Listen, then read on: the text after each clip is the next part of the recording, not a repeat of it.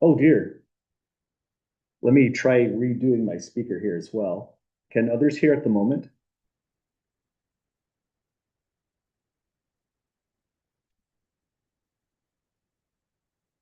Oh, let me undo that.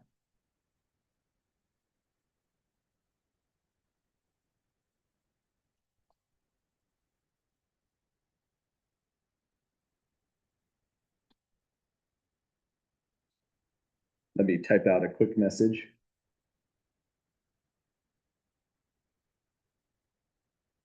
Well, I'm not the only one with technical issues. Sometimes this kind of stuff happens.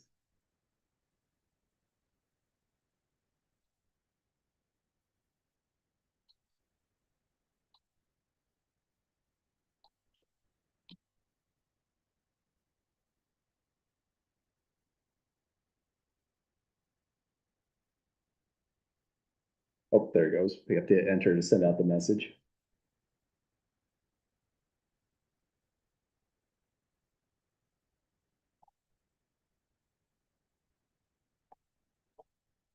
And I have a screenshot for us. One of the things that kind of sucks about unsharing the screen is all the annotations go away.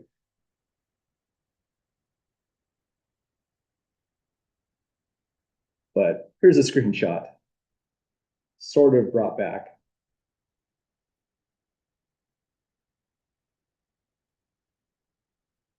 Well, welcome back, everyone. We're going to start just a little bit slower today, just to give people a chance to fix audio issues and that kind of stuff. Let me see if I can send out another message.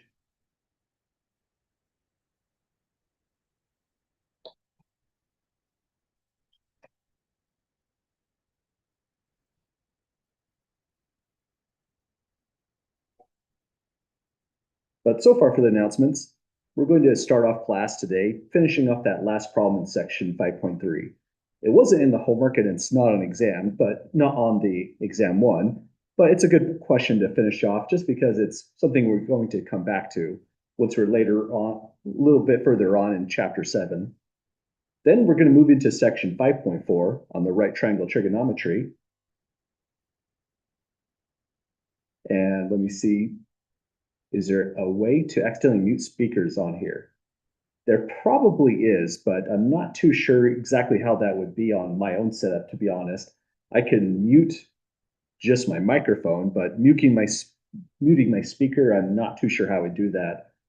Probably the likely case, I think another student, what Andrew was hinting at this, is it could be your audio setting somewhere in here, depending on your Windows setup. This is Windows 11. It could have been turned to maybe this option, speaker headphones, this other option. I think this is playing it right through the monitor, or maybe I got that backwards actually. So maybe the likely case is one of these was just configured wrong, but that's would be my best guess. I'm glad to hear it's working though. Welcome back. So that's our plan so far today. Finish off section 5.3, that last problem there, and then start looking into right triangle trigonometry. But any questions at all, folks, before we get started?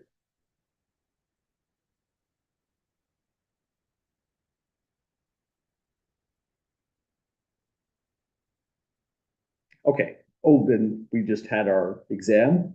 As far as the exam dates go, or the exam grading goes, I'm starting to get them back from the various testing centers.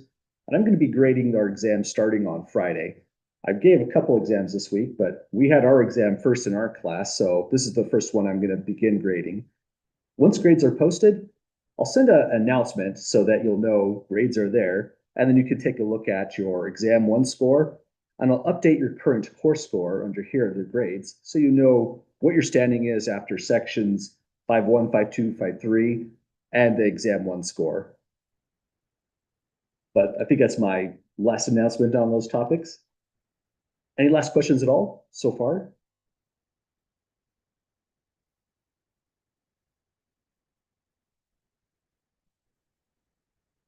Okay, well, let's go back to section 5.3.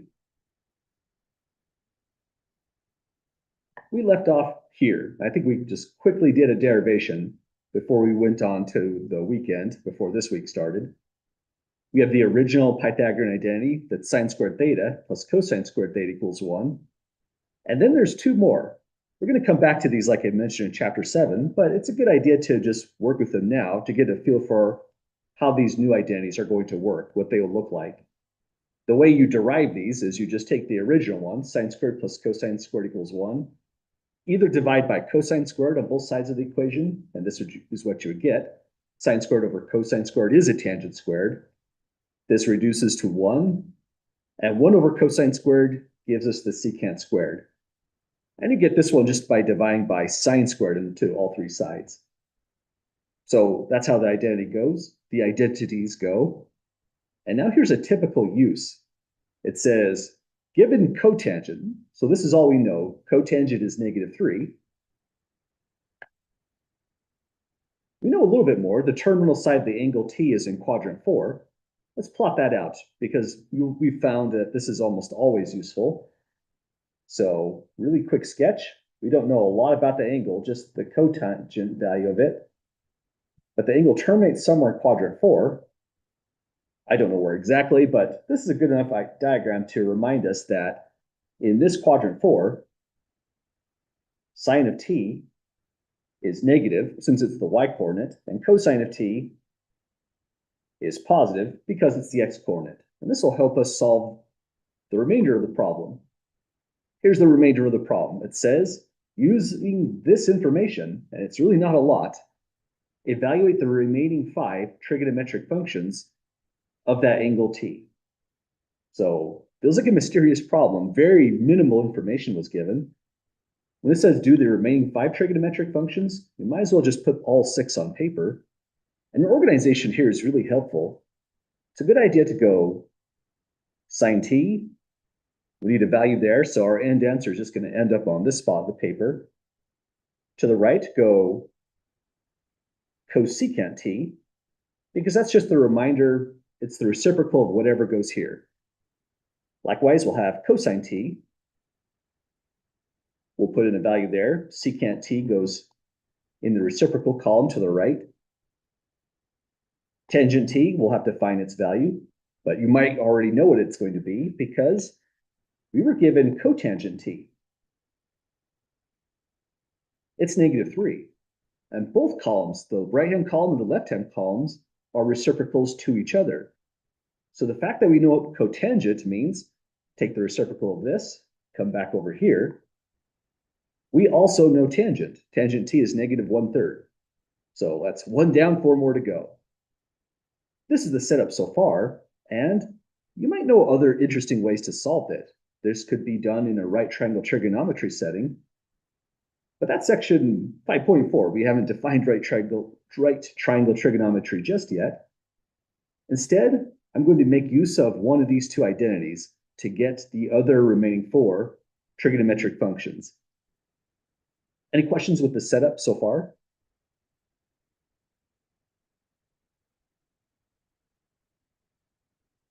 Okay, well, we have an identity for tangent squared. We use this identity, we're dealing with the fractions, so that's maybe not the funnest one to go with. We have another one with cotangent squared. The output to our cotangent here is a -3, so we'll be plugging a -3 here, making it just a little bit easier. So I would personally start off, although you could use the tangent squared identity, I would go first select the pen tool and go cotangent squared of t plus 1 equals cosecant squared of t. Then from here, we can start making substitutions. Cotangent t is -3, so it plugs inside here. Power of 2 stays on the outside. -3 goes on the inside by substitution. Plus 1 is cosecant squared of t.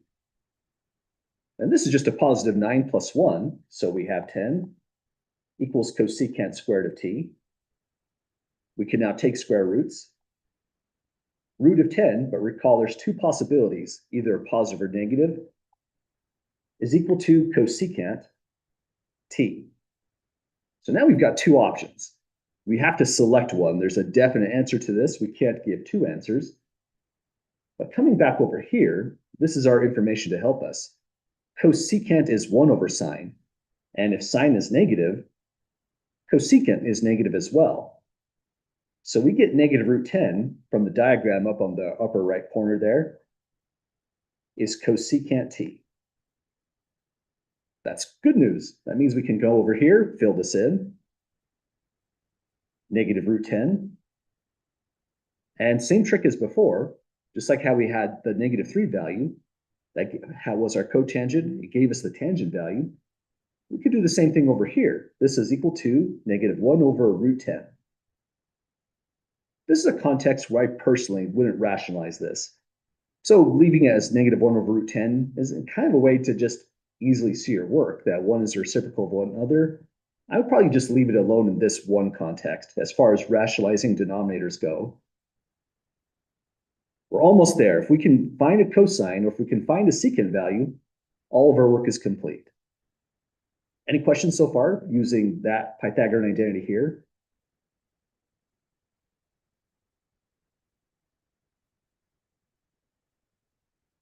Okay, so this is kind of like doing the original Pythagorean identity that you did in section 5.2 homework. I think it was the third to the last question. We had to find out the value of cosine. But this time we used the Pythagorean identity. We got cosecant from tangent. We got sine. But still we need to get cosine and secant. We just redo that same kind of problem from that section 5.2 homework. We can now write cosine squared t plus sine squared t equals 1. We'll make a substitution right here because we know that value to be negative 1 over root 10. So cosine squared t plus that power 2 becomes an outer power on the parenthesis here. Drop in, now we're dealing with fractions. There was no getting away from it eventually. Negative 1 over root 10 goes into this location, equals 1. So now on the left-hand side, it's cosine squared t plus squaring this just gives us 1 over 10. The square root squared just gives us the radicand, odd word, the thing inside, so 1/10, equals 10/10 on the right, easier for visualization. Running out of space, so let's use this trick. That means cosine squared of t is 9/10 upon subtracting. And here's the step where we take the square root. Take the root of the left, you might visualize it this way, square root of the right. We've inserted two possibilities, either positive or negative. But when we check the sign diagram above, cosine is positive in this situation. So it solves to cosine of t equals positive root 9, which is 3, over root 10. And again, in this context, I think it's simpler to leave it unrationalized. So let's go over here, put it as 3 over root 10. The reason it's convenient to not rationalize this time is secant is a reciprocal, and that's just an easier reciprocal to take. It's now going to be root 10 over 3. And the bonus is the right-hand side's rationalized, at least on over here. And we have irrational values on the left.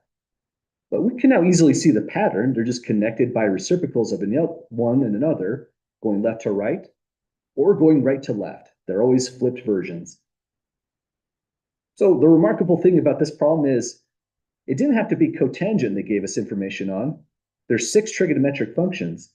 I give you the output to any one of these 6. Let's box this out just to emphasize the answers right here. If I gave you just one of the 6 values, and I told you where the angle terminates, which quadrant, that's enough to always bring out the other 5. We can use these same kind of tricks to do this work here. It's working a little bit hard because we use 2 identities, one Pythagorean identity here and a second one down below here. So sometimes we could simplify this work a little bit, and that's the idea with the right triangle trigonometry that we're going to look into next. But this wouldn't have been a good problem to leave off. Sorry for kind of throwing it in right after a long weekend. Any questions whatsoever before we close out these notes?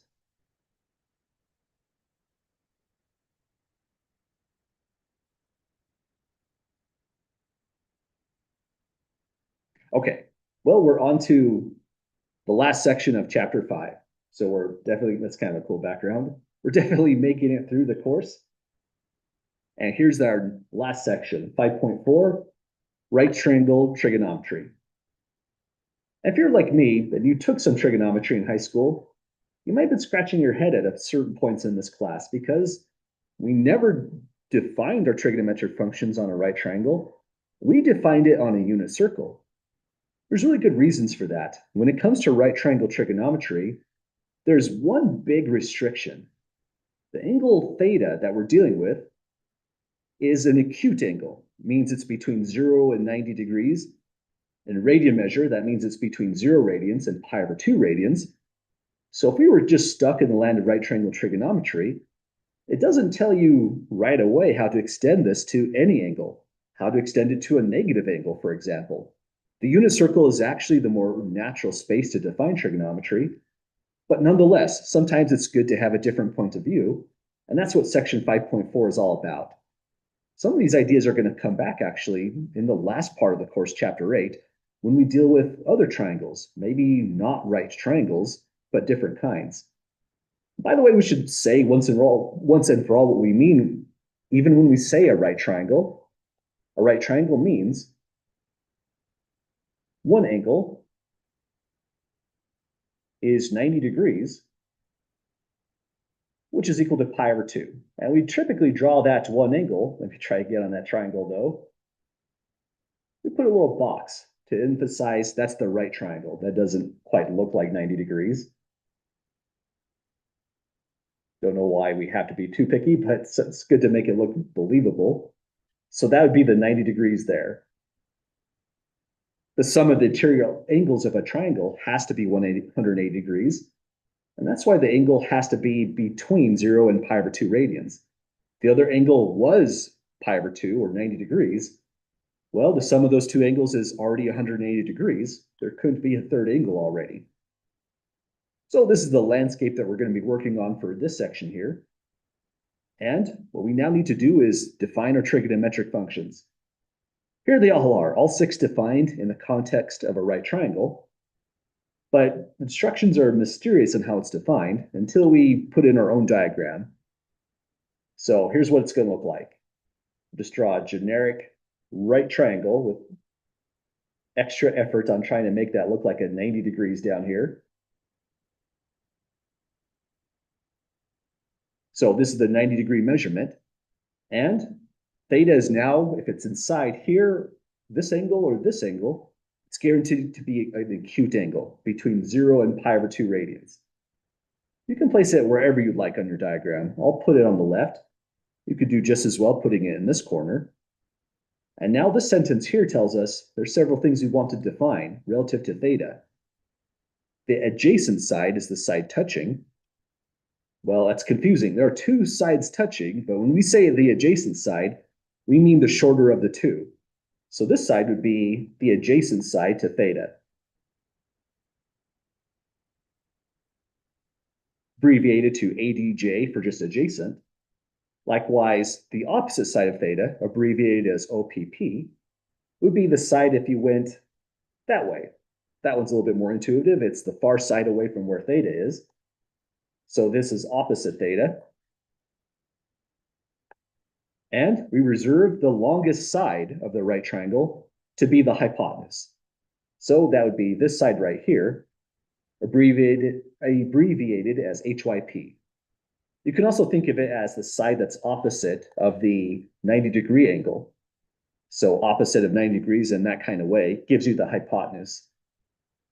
But because that's the biggest angle in the triangle, this is also the biggest side, so it's usually easier to spot. Well, once you have that diagram down, notice how all the definitions go. Sine has hypotenuse in the denominator. Cosine has hypotenuse in the denominator. And if you're defining sine, you're just going to take,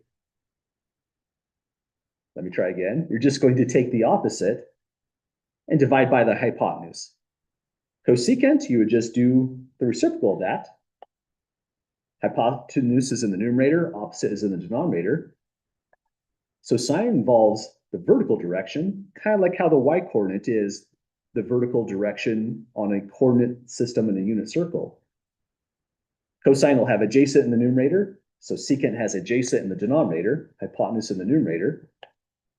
And then finally, tangent has opposite in the numerator, so cosecant has opposite in the denominator. Tangent has the adjacent side in the denominator, so cotangent has the adjacent side in the numerator.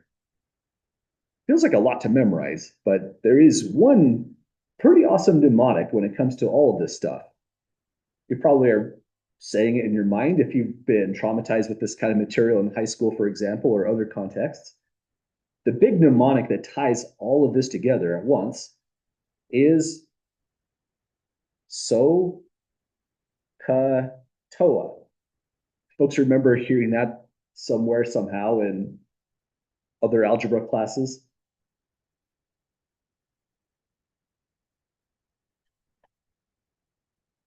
So for SOHCAHTOA, the way this mnemonic goes is, if you look here on the left, sine is the opposite side divided by hypotenuse. So that's the opposite here, the hypotenuse here, and that defines sine.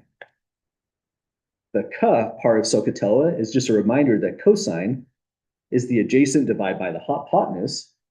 So A stands for the adjacent side, H stands for the hypotenuse again.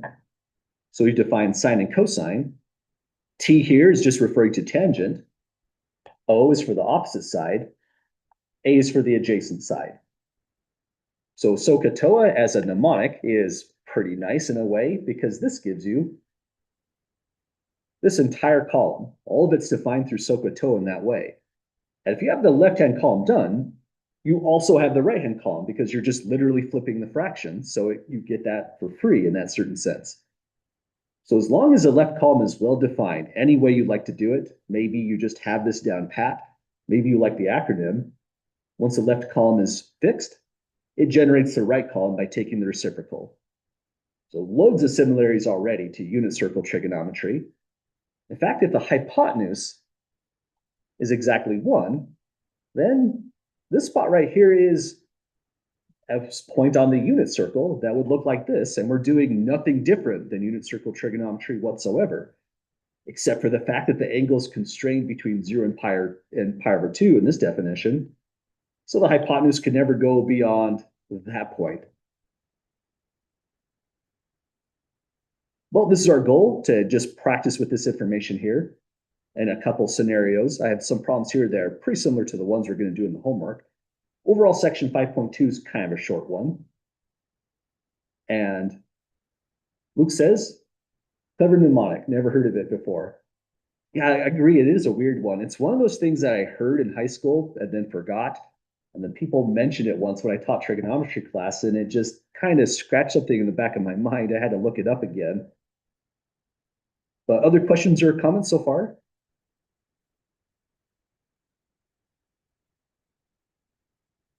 Okay, well, here's what a typical problem would look like. It's kind of vague in a certain sense. It says, find the lengths of the missing sides if side A is opposite of angle A, side B is opposite of angle B, and side C is the hypotenuse. And it gives us tangent is 5/12. One side length is B. We want all the missing sides. I agree with Andrew. It does sound like some weird Star Wars character. So these kind of problems are kind of tough to get started. I wrote down this problem similar to what you're going to actually see in the homework exercise. And so the big step on this one is really just draw a diagram. For doing right triangle trigonometry, then really you have something to look at. So that's a good place to start. Really no different than what we did in the last sections. In the unit circle trigonometry, we almost always drew a diagram as well. But there's certain conventions to this diagram. It says lowercase a is opposite of angle A. So that means if angle A is here, it always would mean lowercase a is a side length to this side. Similarly, side lowercase b is opposite of angle B. So if we put angle B here, the only remaining position for angle, lowercase b here is the side length going this way. And the hypotenuse would be this length, C. So this is the generic diagram for problems. Always make it clear in the wording that side lowercase a is opposite to angle uppercase A, but it's a good idea to practice just writing this down. It'll help you solve the problem, and it makes what this is saying just a little bit more concrete. So let's put down a new version with the information we do have. So what do we know? We know that the side length B is 6. I'll put 6 here since it's the longer length. Angle B would go up here in this corner. And by the way, you don't have to put that little mark like I put in. Sometimes I just like to emphasize that B is an angle. So I might go like this, or slightly more lazy, go like that. Maybe it's better to write like this because then the diagram isn't getting too busy and it's still conveying B is definitely an angle. But if you leave it off, it's still applied that you're referring to an angle if you just tucked it into that spot there. So we have a side length 6 for B. Tells us side A is opposite of angle A, so we can place angle A here. Here's side length A. 90-degree measurement is a good thing to add on. It's implied, so if you did put it on there, no harm done. And we have a hypotenuse C.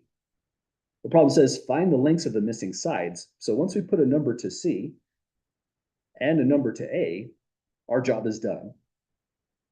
Look what they provided us. Tangent A is 5/12.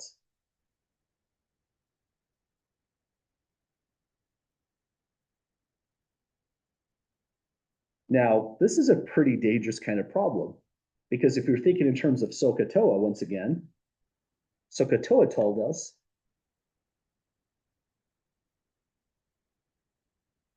that tangent is the opposite side divided by the adjacent side. The opposite side is A, notice the adjacent side is 6. So things don't quite measure out just the way we would like to. There's a couple interesting tricks to get this to work out just right. Here's one way you might do this. Well, tangent A is 5/12, but on the other hand, tangent A is the opposite side. I'll write just briefly opposite. Opposite side of A is this lowercase a, divided by the adjacent side, ADJ for adjacent. The side adjacent to A is B, which is 6. So that means tangent A is, well, A, lowercase a, divided by the adjacent side, which is 6. We can just put in the number for that one. So we now have an equation that we can deal with. This is an important aspect of algebra, which says anywhere tangent A is placed on paper, we have transitivity of equality. If tangent A is equal to 5/12, and if tangent A is also equal to A over 6, then at the same exact time, 5/12 itself has to be equal to A divided by 6.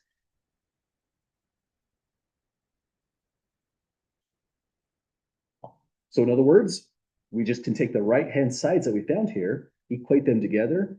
This is an interesting trick that we'll take a lot of advantage of throughout the course. And it gave us one equation with one unknown, the variable A. So we could solve for this variable A just immediately now at this step. Multiply both sides by 6. We have, I'll put A on the left-hand side, is equal to 5/12 multiplied by that 6 now into the numerator. So now A is equal to 5 over 2 upon cancellation. 6 going to that 12 twice. So A is 5/12 here.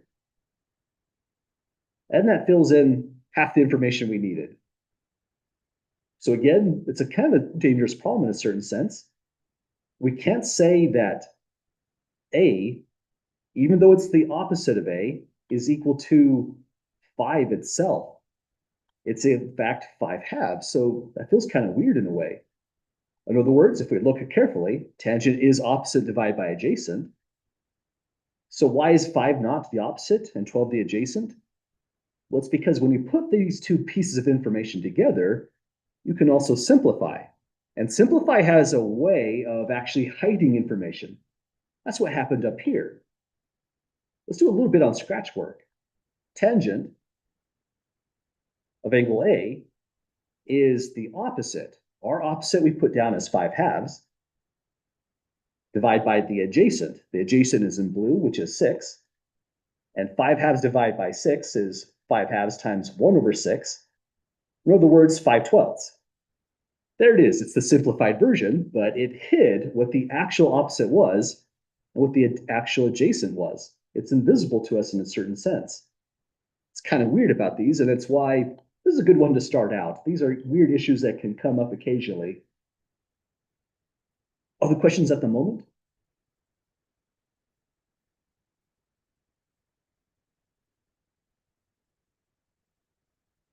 Okay, well, we want to find the missing side lengths. One is done. We have 5/2 here. Just because my work seems to be kind of all over the page, you might box this out as your answer. It says A equals 5/2, so that's an acceptable way to leave it. Some people might just box out their diagram because all your links are there, but I'll try to not put in too many boxes per problem. That will get a little bit less helpful after doing that. To get the last one, we can just use ordinary Pythagorean's theorem. We don't have to use any information SOHCAHTOA. That's working harder than we have to. So most people would just go a squared plus b squared equals c squared. Drop in the information here, and we'll get the side length c. So this is going to turn into 5/2 squared on this spot, plus b squared. Well, that's just a quick 6 squared, a little bit friendlier computation, equals c squared. So on the left, this is now 25/4 upon squaring plus 36 equals c squared. We're going for exact answers on this one, but 25/4, that is an exact value if you gave me the decimal on this one. Doesn't hurt to practice fractions if you wanted to on this. Let's multiply this by 4/4. Get a different kind of exact answer.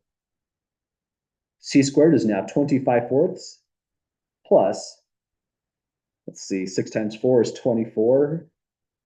Carry the 2, 3 times 4 is 12, so 144. So this is 169/4. So that means if we square root both sides,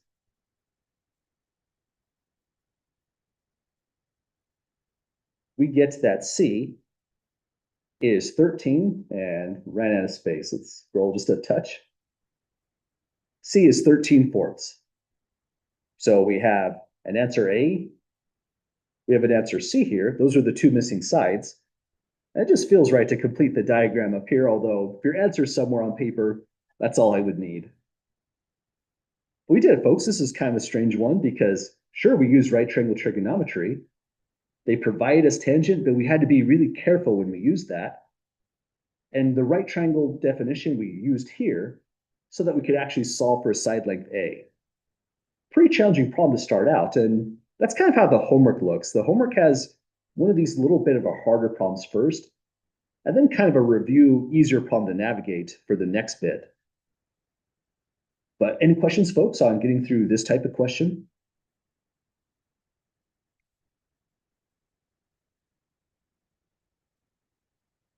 Okay, and just a call out for office hours and help by email. When you go to solve this one, the similar problems like these in the homework, I think it's going to be problems 11, 15, and maybe 17, but I think definitely 11, 15. They're kind of challenging and tricky to start out. So if you feel like you're stuck, don't hesitate to send an email, pop in during office hours, anything like that. I'm always very happy to give you hints to start you out. Or maybe you got through it and your answers don't look like they're anywhere close to the back of the book. You could take a picture of your work, whether it's a scan or a cell phone picture, maybe a screenshot if you're working digitally. Send it to my email and I'll look at your work along with you. I have a digital pen that I can give you feedback on, even those kinds of questions, to say, maybe try this, or maybe you forgot to square the denominator, so you put 2 instead of 4. I can help you look for those kind of errors or just help you get started on the problem. But let's try out the next one then. Another problem that starts off as a sentence, not giving us too much. It says, compute the 6 trigonometric functions of the angle A, given that lowercase a is 2 and lowercase b is 5. So what's implied here is we're dealing with another one of these diagrams. Let me try to make it slightly more believable. One of the side lengths is a lot larger than the others, but you don't have to draw things perfectly to scale or even the correct exact side lengths. Mainly all you're trying to do with this diagram is organize in the information. So it doesn't have to be a perfect diagram, but it helps if it's slightly believable. So here's A. But the moment we put A as 2 here, it implies immediately that this is the angle A. So uppercase A and lowercase a are always opposite to each other. We have a lowercase b is 5. So that immediately implies uppercase B is here, so that these two are opposite each other as well. No information on the hypotenuse, so we'll leave that as a blank. And our goal is to compute all 6 trigonometric functions of that angle A right here. So sensing the right triangle is coming into play, let's put in the SOHCAHTOA just to help out. And one thing we should probably do as well, before just writing out all the 6 trigonometric functions, is be mindful of the h part of this. That's what c is, so maybe to start off, before we do anything at all, let's use Pythagorean's theorem again, get the value of c, and then we'll be on our way. So the theorem goes c squared equals a squared plus b squared. Pretty fast problem to solve. We have all the information we need. This is going to be 2 squared plus 5 squared for b dropping in. So down here we have c squared is 4 plus 25. Next, c squared is 29. Then take square root of both sides, and c equals the root of 29. And by the way, you might have noticed something algebraically just kind of maybe incomplete every time I do this. We've mentioned a lot that the square root of a squared is the absolute value of a, and that's why if we have cosine squared equals, say, 15/9, when we take the square root, we have to put in a positive or negative. But the reason we haven't done that at all in this paper is c is defined to be a side length. It's just by nature positive. So when I took the root, I just went for the positive root each time on this kind of problem. So we've got root 29 here. We now have all the information we need. Sine is going to be the opposite value. We're doing it of angle A, so that's a good reminder. Angle A is the superstar here, not angle B. So that's the opposite too. And adjacent side of A is the B, which is 5.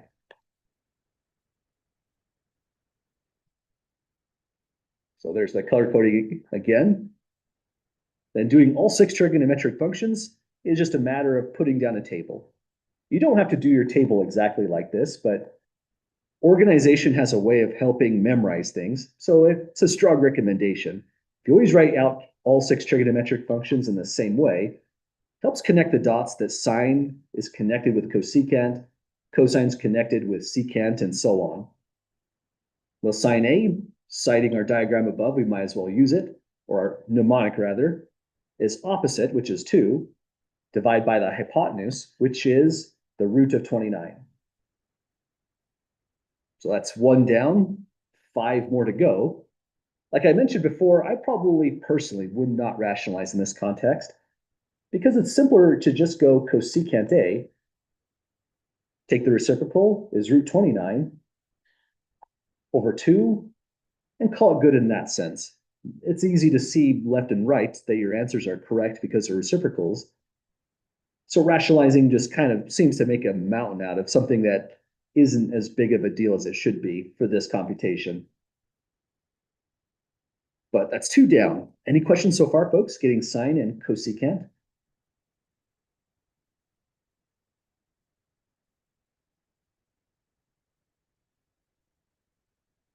Okay, on to the second row. We're just using the CAH part of SOHCAHTOA. cosine of angle A is going to be the adjacent side, meaning the side closest, which is 5 in this problem, divide by the hypotenuse, which is root 29 once again. And let me fix my penmanship. That's cosine. That almost looked like cosecant. Take the reciprocal of cosine, and you have secant of the angle A. That one's just going to be root 29, divide by 5. And just about done. Last is the tangent part. Tangent of angle A is going to be, following the mnemonic, the opposite side of which is 2, divided by the adjacent side, which is 5. But the moment you have tangent, you also have cotangent. Cotangent of angle A is just the reciprocal, so 5 divided by 2.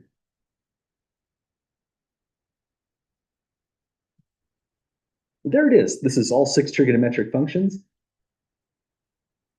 produced down below here. Really, the moment we had the hypotenuse, everything just flowed from this mnemonic here. SOHCAHTOA defines right triangle trigonometry. And the second memory trick is just taking the reciprocals in this right-hand column. Any questions at all, folks, finalizing this one?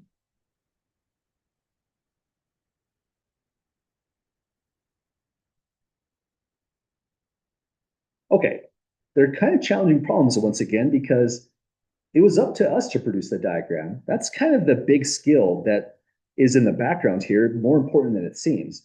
Knowing how to take information like this, build the diagram, and work from it is a big part of what these two problems were all about, examples 1 and 2. But some of the problems really look just like this. So an exam question could be like example 1 or example 2, or it could be like this one when we see this content again on exam 2. Notice though, it's kind of an uncomfortable looking right triangle. The 90-degree measurement is right here, and it seems like there's this weird thing that people do when they write a 90-degree triangle. They always seem to put the 90-degree measurement on the lower end on some kind of horizontal. At least that's what I typically do when I draw them. I would almost never freehand a right triangle with a 90-degree measurement here. So the other skill of this problem is either turn your head to see it just right, turn your paper, but just know that the relationships like opposite, adjacent, and hypotenuse depend on where that 90-degree measurement is. So that's the new skill on this one. We're told to solve for the unknown sides. And we're not given a lot, are we? We do have an angle measurement of 60 degrees here. Anyone happen to know what the angle measurement of A has to be then?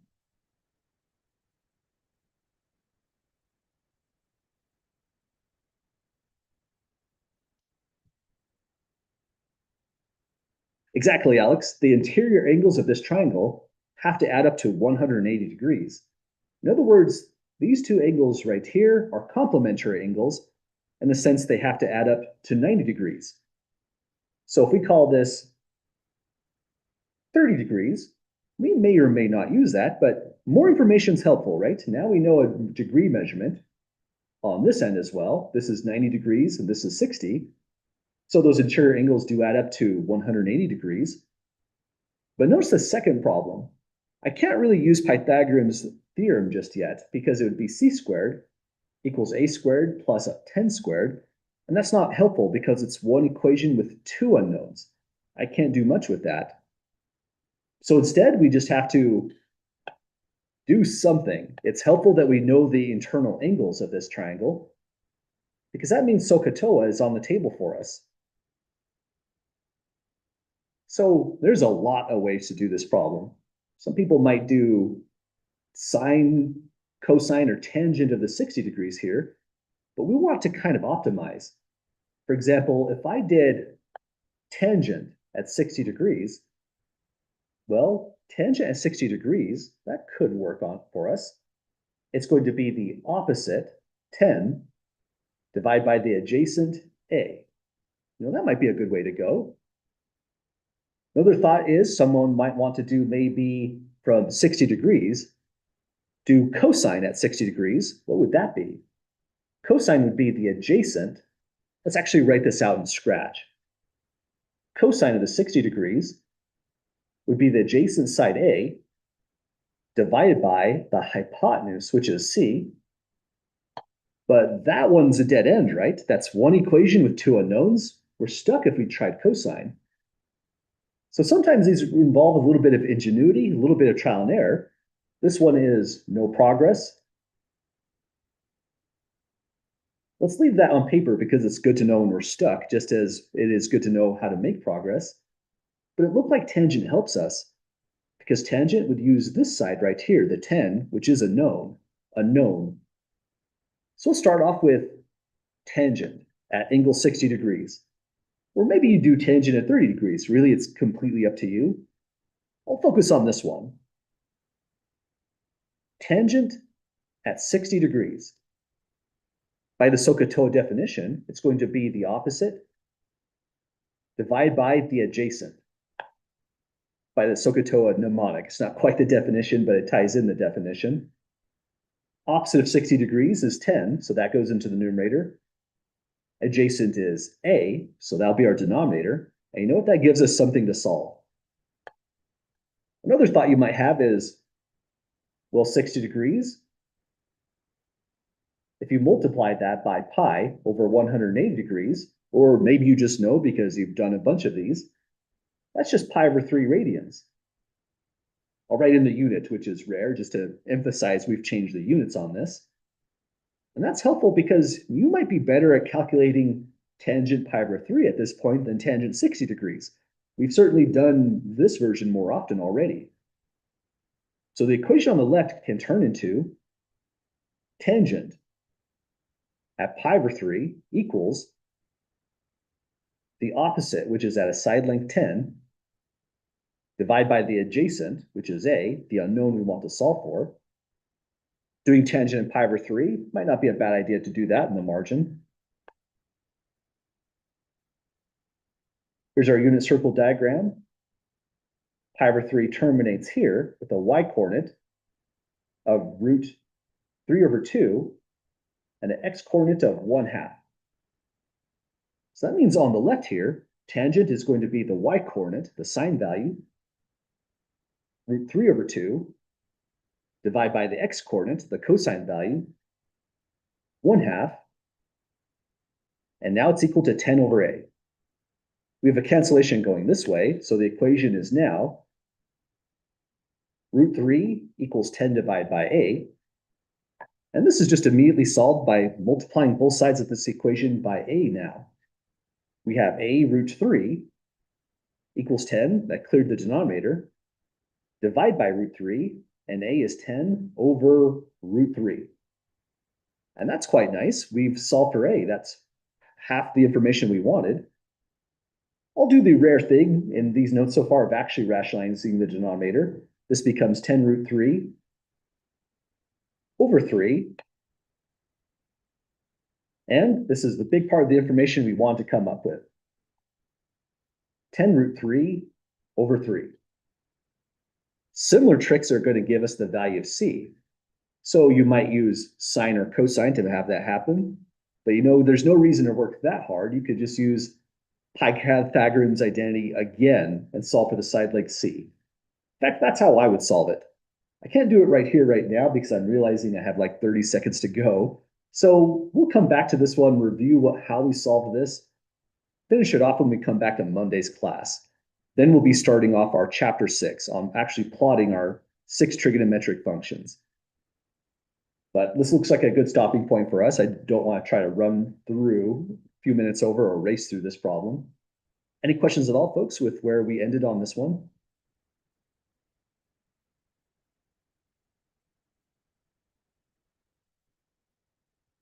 Okay, well, have a great night, folks.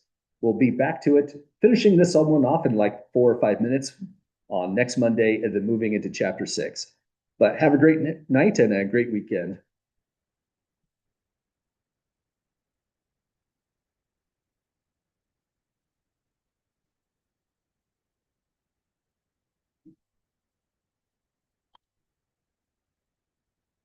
Thanks, folks.